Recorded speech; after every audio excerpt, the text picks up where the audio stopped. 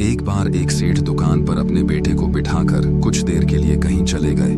कुछ ही देर में एक संत आए और सेठ के बेटे से जरा सा नमक मांगने लगे। एक डिब्बा खोलकर सेठ के बेटे ने संत को एक चम्मच नमक दे दिया। जब सेठ जी आए तो पूछा कि क्या माल बेचा बेटे?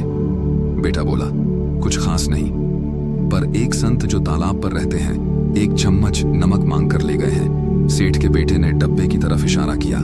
डब्बा देखकर सेठ का माथा ठनका। वो बोले, अरे इसमें तो जहरीला पदार्थ है। सेठ जी भागकर संत के पास गए। तब तक संत भोजन बनाकर भगवान को भोग लगाकर खाने की थाली लेकर बैठ चुके थे।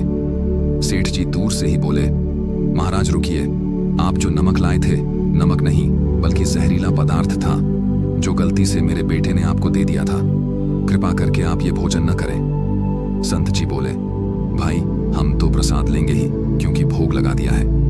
अगर भोग नहीं लगता तो भोजन बेशक छोड़ देते।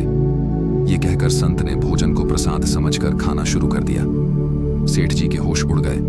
वे रात भर वहीं बैठे रहे। सेठ को यह चिंता सता रही थी कि अगर संत को कुछ हो गया तो बहुत बड़ा अपराध हो जाएगा।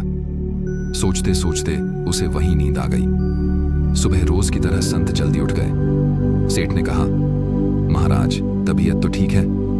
संत बोले, बस भगवान की कृपा है। इसके बाद वे नहा धोकर पूजा के लिए मंदिर चले गए। जैसे ही संत ने मंदिर का द्वार खोला तो देखा कि भगवान के श्री विग्रह के 2 भाग हो गए हैं और शरीर काला पड़ गया है। ये देखते ही संत को सब समझ आ गया कि मेरे अटल विश्वास को देखकर भगवान ने भोजन का जहर भोग के रूप में स्वयं ग्रहण कर लिया।